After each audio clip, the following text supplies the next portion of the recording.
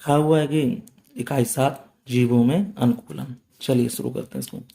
लिखा हुआ सही विकल्प का छांटकर अपनी अभ्यास पुस्तिका में लिखिए। नंबर का दिया, मेढक रहता है। कहाँ मेढक रहता है? स्थल में, जल में, जल तथा स्थल दोनों जगह, या वायु में। तो सिंपल सी बात है, मेढक कहाँ रहता है? जल में भी रहता है और स्थल में भी। इसके लिए आंसर ये कितना हो जाएगा? ये वाला आंसर हो जाएगा। लिखा हुआ है, मछली सांस लेती है गिल्स द्वारा, फेफड़े द्वारा, त्वचा द्वारा, या पंखों द्वारा। किसके द्वारा लेती है? गिल्स के द्वारा। इसको यहाँ पे सही हो जाएगा। फिर लिखा हुआ है कि ऊँट के कुहड़ में संचित होता है। क्या चीज होती है? बसा होता है, कार्बोहाइड्रेट होता है, प्रोटीन होता है, खनिज होता है। क्या होता है? बसा। ठीक।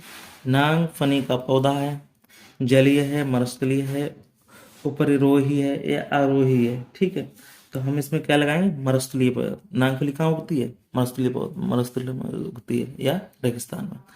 जलीय वातावरण में पाए जाने वाला पौधा कौन सा होता है? मटर है, सिंघाड़ा है, आलू या मक्का।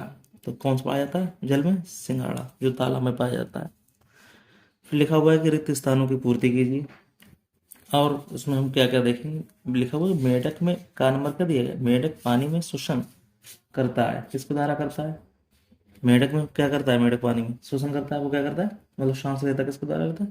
त्वचा द्वारा। यहाँ इसलिए लिखेंगे त्वचा द्वारा करता है। फिर लिखा हुआ कि नागफनी एक क्या है? सीधी बात है, नागफनी भी बताया था। नागफनी पौधा क्या है? एक मरुस्थलीय पौधा है। लिखो यहाँ पे, मरुस्थलीय वातावरण का पौधा है। ठीक है।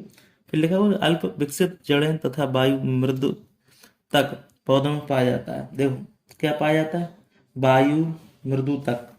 वायु मृदु तक कहाँ से पाया जाता है? जलीय पौधे में। यहाँ लिख दो ऐसे करके, जलीय पौधों में पाया जाता है। आलू एक क्या है? भूमिगत क्या है? भूमिगत पौधा है, भूमि में पाया जाता है, भूमि के अंदर होता है। ठीक है। पक्षियों की हड्डियां कैसी होती हैं? खोखली होती हैं। कैसी होती हैं?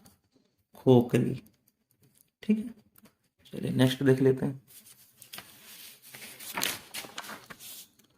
क्या कह रहा है। लिखा हुआ है कि निम्नलिखित पौधों में कथनों में सही कथन के आगे सही का तथा गलत कथन के आगे गलत का चिन्ह लगाइए। नंबर का क्या दिया गया? मरस्थलीय पौधों कोमल तथा कमजोर तने वाले होते हैं। ये बात बिल्कुल गलत है। कैसे होते हैं? मजबूत होते हैं। पक्षियों की हड्डी खोखली तथा वायु से भरी होती है। ये बात बिल्कुल सही है। मर्द भेद पौधों में जड़ें अल्प विकसित होती हैं। ये बात बिल्कुल गलत है। फिर क्या कह रहा है बात? कह रहा है कि शरीर पर घने तथा लंबे बाल तथा त्वचा के नीचे बसा की मोटी परत ठंडे प्रदेशों में रहने वाले जंतुओं में वातावरण से अनुकूल करने में सहायक होता है। ये बात बिल्कुल सही है। ठीक। चलिए नेक्स्ट क्वेश्चन देख लेते हैं। कह रहा है कि सही जोड़ों का मिलान कीजिए। स्तंभ का दिया गया, स्तंभ खा दिया गया। अब लिखा हुआ है इसमें जो दिया गया उसको मिलाना है। अब वायु कोष होता है। वायु कोष में क्या होता है? वायु कोष किसमें होता है? पक्षी में होता है। इसको इससे मिला देंगे। शल्क होता है। शल्क किसमें होता है? मछली में पाया जाता है। मेढक है। मेढक कैसा है? जंतु है। मेढक मेढक के पाँव क्या पाया जाता है? मेढक पादजाल पाया जाता है। ठीक है। उपचर्म क्या है? उपचर्म हमारा क्या है? जलकुंभी में होता है। अब चिड़िया क्या होती है? चिड़िया के पंख होते हैं। ये इससे मिल जाएगा। इस तरह से क्वेश्चन हो जाएगा। ठीक। अब कह रहा है कि अनुकूलन किसे कहते हैं? मरस्थलीय जीवों अनुकूलन को संक्षेप में स्पष्ट कीजिए। चलो इसको हम लिखेंगे। कैसे लिखेंगे? देखो उत्तर हम क्या करना है, पहले हमें देखना है कि अनुकूलन किसे कहते हैं। पहले अनुकूलन की हम परिभाषा दे दें, उसके बाद हम इसको कर दें इसको। ठीक है, तो चलिए पहले हम क्या करेंगे? इसके अनुकूलन के बारे में लिखेंगे। लिखो इस तरह से डालेंगे। लिखो यहाँ पे क्या लिखेंगे? आकृति, आकार,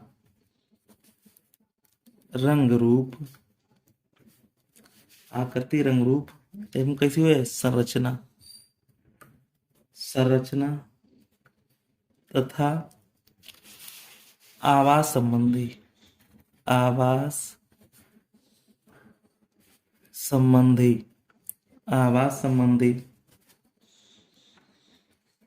लक्षणों में क्या होता है? ऐसा परिवर्तन होता है। में ऐसा परिवर्तन जो जो क्या करता है? जो सजीव को विशेष पर्यावरण में सफलतापूर्वक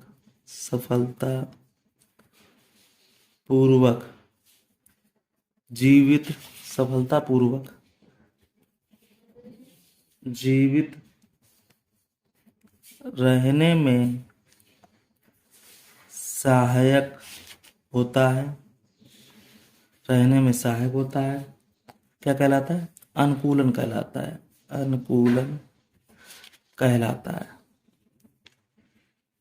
ठीक, इस तरह से अनुकूलन की परिभाषा। अब क्या कह, मरुस्थलीय जीवों में क्या दिक्कत हो रही वो देखेंगे। अनुकूलन कहलाता है, जैसे नंबर 2 बात क्या है इसको लिख लो, नंबर 1 इसको डाल दो, नंबर 2 बातें क्या होती हैं वो देख लो। जैसा कि हम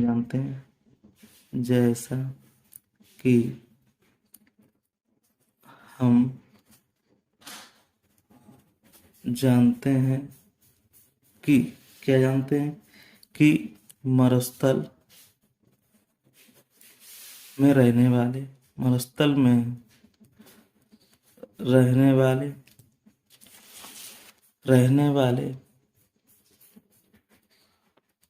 जंतुओं को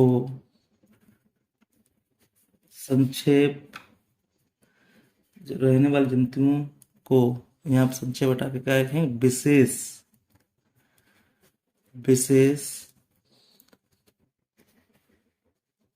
परिस्थितियों का सामना करना पड़ता है। ठीक, कैसा सामना करना पड़ता है वो लिख लो। जैसे क्या करना पड़ता है? जैसे पानी की कमी है, सीधी बात है, मरुस्थल होगा क्या होगा? पानी की कमी होगी। और हमें क्या सामना करना पड़ता है? तेज धूप होगी। भाई मरुस्थल होगा, रेत होगा तो रेत तपेगा धूप के कारण, तो तेज धूप तथा और क्या देखना पड़ता है? गर्म बालू में लिखो यहाँ पे, तथा गर्म बालू पर चलना। भाई देखो, रेगिस्तान होगा तो गर्म बालू पे ही चलना पड़ेगा। ये बातें हमें देखनी पड़ती हैं। इस तरह से ये क्वेश्चन हो जाता है। कोई डाउट हो इस क्वेश्चन को जरूर पूछें। ठीक, चलिए नेक्स्ट क्वेश्चन देख लेते हैं। कह रहा है कि जलीय जीवों में अनुकूलन की विशेषताओं को संक्षेप में बताइए। चलिए हम लिख लेते हैं, इसको उत्तर डालेंगे यहाँ पे और इसको हम लिखेंगे। लिखो क्या होता है? जलीय जंतु के शरीर पर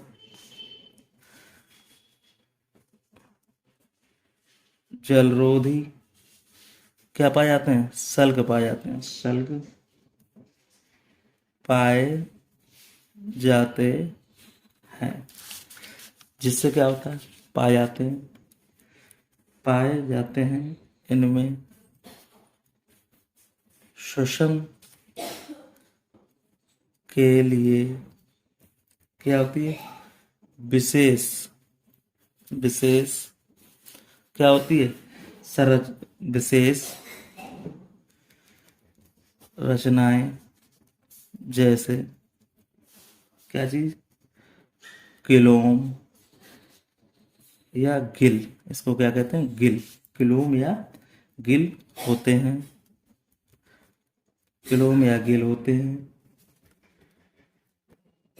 तैरने के लिए इनका शरीर धारा रेखित तथा चपटे पंख वाला होता है। गर्दन का अभाव होता है, गर्दन का अभाव होता है। ठीक। और तथा आंखों पर निमे आंखों पर निमेषक पटल होती है, निमेषक पटल होती है। ये सभी लक्षण मछली के जल में तैरने, भोजन की तलाश तथा श्वसन के प्रति अनुकूलन है, श्वसन के प्रति अनुकूलन है, श्वसन के प्रति अनुकूलन है। ठीक है, इस तरह से हमें हो जाएगा। क्या कह रहा है, जलीय जीवों में अनुकूलन की विशेषताओं को संक्षेप में हमने लिख दिया।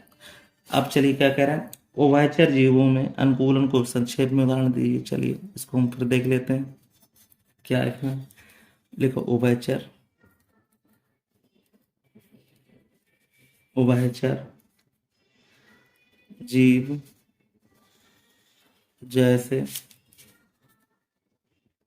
मेढक के पश्चपाद में क्या करे, पश्चपाद के पादजाल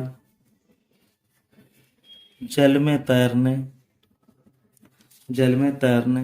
तथा लंबी मांसपेशियां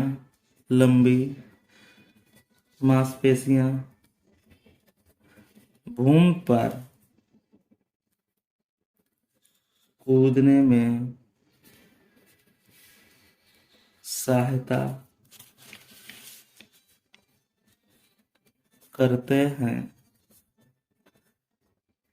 इसके अतिरिक्त यह जल में त्वचा द्वारा तथा स्थल पर फेफड़े द्वारा श्वसन करता है। ठीक, इस तरह से ये आंसर हो जाएगा। अब कह रहा है कि वायवीय जंतुओं में अनुकूलन का संक्षेप वर्णन कीजिए। ठीक, तो उत्तर फर्स्ट। ठीक, लिखो यहाँ पे नंबर 1, पक्षियों का शरीर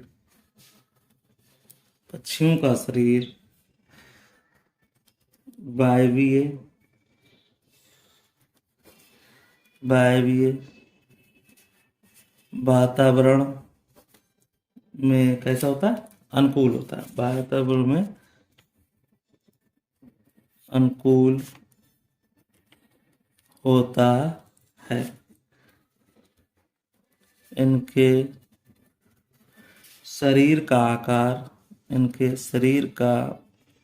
आकार नौकाकार तथा धारा रेखित होता है। इनके अग्रपाद ही पंखों में रूपांतरित होते हैं, जो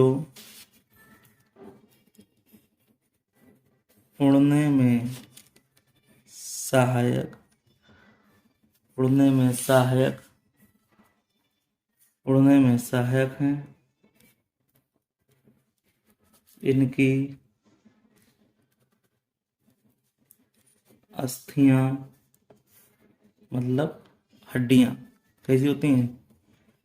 खोखली एवं वायु से भरी होती है, वायु से भरी होती हैं, जिससे जिससे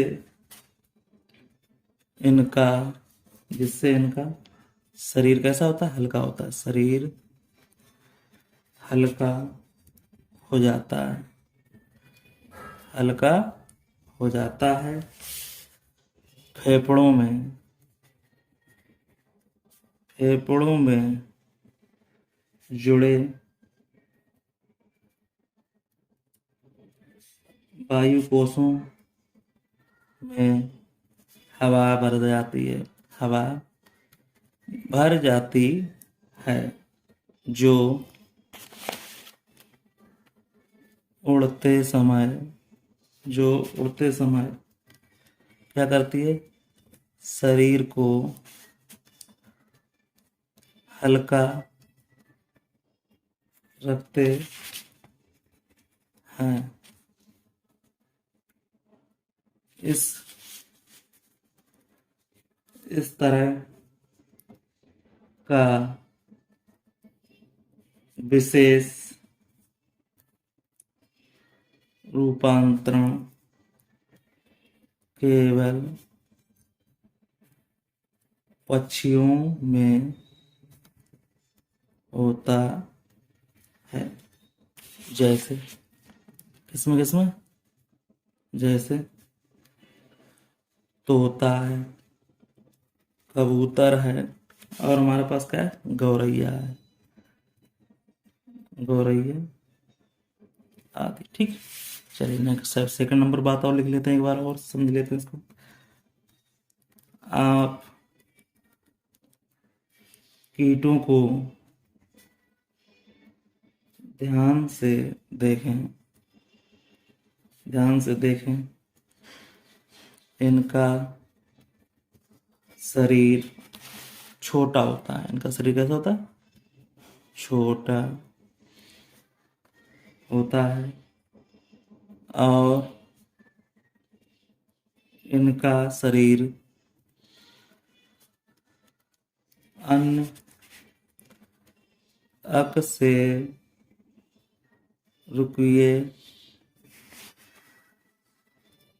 जंतु जैसे, अकशेरुकीय जंतु जैसे, कौन से जंतु जैसे? जैसे केंचुआ, घोंघा की तुलना में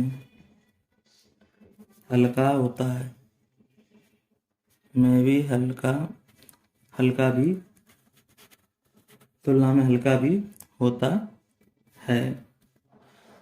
जब ये उड़ते हैं, जब ये क्या करते हैं? जब ये उड़ते हैं तो दो जोड़ी पंख फैला देते हैं। दो जोड़ी पंख क्या करते हैं? फैला देते हैं। इनके शरीर में क्या होती है? श्वास रंध्र होते हैं, श्वास रंध्र होते हैं, जिनसे शरीर में हवा भरती और निकलती है, भरती और निकलती है। ठीक, इसी कारण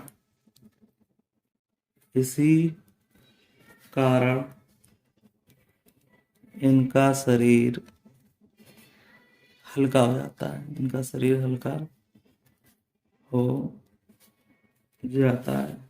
जैसे जैसे फिर देख लो क्या है? तितली आती है, तितली। ठीक, मधु, मक्खी और घरेलू मक्खी आदि, मक्खी आदि। इस तरह से क्वेश्चन पूरा हो जाता है। कोई डाउट हो हमसे जरूर पूछें। ठीक, इस तरह से क्वेश्चन हो गया ये। चलो नेक्स्ट क्वेश्चन देख लेते हैं क्या कह रहा है।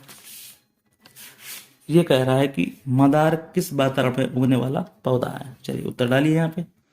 उत्तर लिखेंगे मदार स्थलीय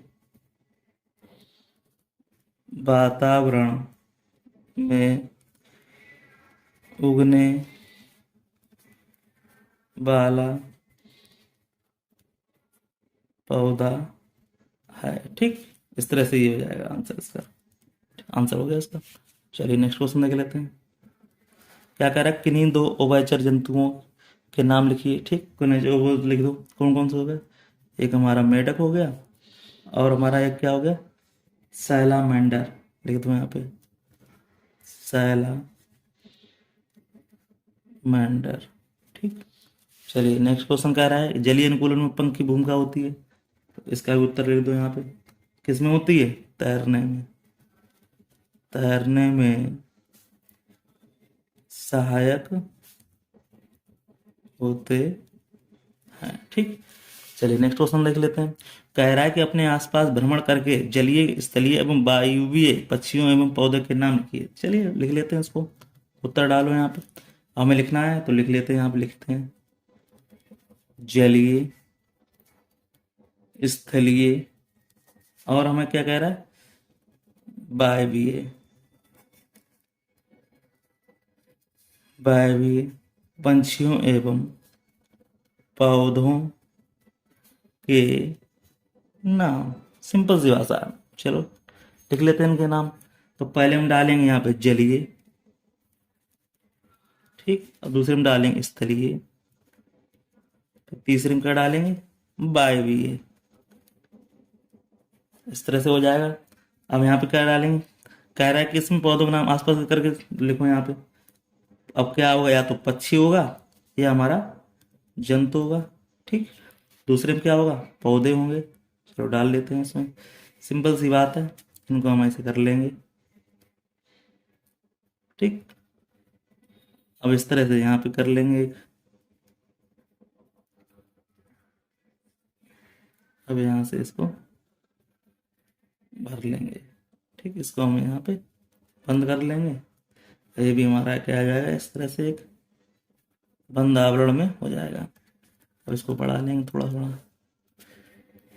ठीक, कोई डाउट हो एकदम पूछो बेझिझक होके। क्या कह रहा है, पक्षी एवं जंतु हैं। तो जलीय जंतु कौन से होते हैं, तुम्हें मालूम है क्या होती है, मछली होती है। और हमारा क्या होता है, मेढक होता है। बहुत सिंपल सी बात है। फिर क्या होता है, स्थलीय पौधा, इसलिए कौन सी चीजें हैं, बिल्ली है। और हमारा क्या है, कुत्ता है और सियार है। ठीक, अब वायु भी कौन सी है, तितली है। और कौन सा है, कबूतर है। और क्या है हमारे पास, चिड़िया है। ठीक, अब क्या कह रहे हैं, पौधे पूछ रहा है तो लिख दो यहाँ पे। जलीय कौन सा है, पौधों में कौन सा आता है, सिंघाड़ा है। ठीक, अब क्या है, कुमुदनी है। ठीक, और क्या है, हाइड्रीला है। ठीक, तो यहाँ लिखो हाइड्रीला। ठीक, अब क्या करेंगे, नागफनी है, इसलिए नागफनी। और नीम है, आम है और अमरूद है। ठीक, इस तरह से ही हो जाएगा। कोई डाउट हो पूछ लेना। चलिए नेक्स्ट क्वेश्चन हम देख लेते हैं। कोई डाउट है जरूर पूछें इसमें। नेक्स्ट क्वेश्चन क्या कह रहा है, लिखा हुआ है कि मरुस्थलीय अनुकूलन के लिए ऊंट में किस प्रकार की विशेषताएं पाई जाती हैं। उत्तर लिख लेते हैं हम यहाँ पे। उत्तर डालो और उत्तर को लिख लो। यहाँ पे लिखा, ऊंट में जल संचय की क्षमता। और क्या होती है? खुरदरी त्वचा। और क्या होता है? लंबे पैर होते हैं, लंबे पैर। और गद्देदार, गद्देदार तलुए। किसके लिए होते हैं? रेगिस्तान के लिए, रेगिस्तान के लिए। ठीक। रेगिस्तान के लिए कैसे होते हैं? अनुकूलित होते हैं। रेगिस्तान के लिए क्या होते हैं? अनुकूलित होते हैं। ठीक, इस तरह से आंसर हो गया इसका। कोई डाउट हो पूछ लेना। फिर कह रहा है कि पक्षियों में उड़ने के लिए अनुकूलन किन विशेषताओं के कारण होता है? देखो फिर लिख लो आंसर। पक्षियों में क्या होता है? अग्रपाद, मतलब आगे के पैर। अग्रपाद का पंख में रूपांतरण हो जाता है, पंख में रूपांतरण। और क्या होता है? खोखली हड्डी होती है, बता चुके हैं बार बार। खोखली, खोखली हड्डियां तथा तथा वायुकोश क्या करता है? वायुकोश उड़ने में सहायता करते हैं। ठीक, इस तरह से आंसर हो गया। अब कोई डाउट हो वो जरूर पूछें। इस तरह से हमारा ये चैप्टर क्लोज हो गया। चैप्टर होता है हमारा दी एंड। जो बात नहीं समझ में आई पूछ लेना। फिर मिलते किसी नेक्स्ट चैप्टर में, तब तक के लिए धन्यवाद।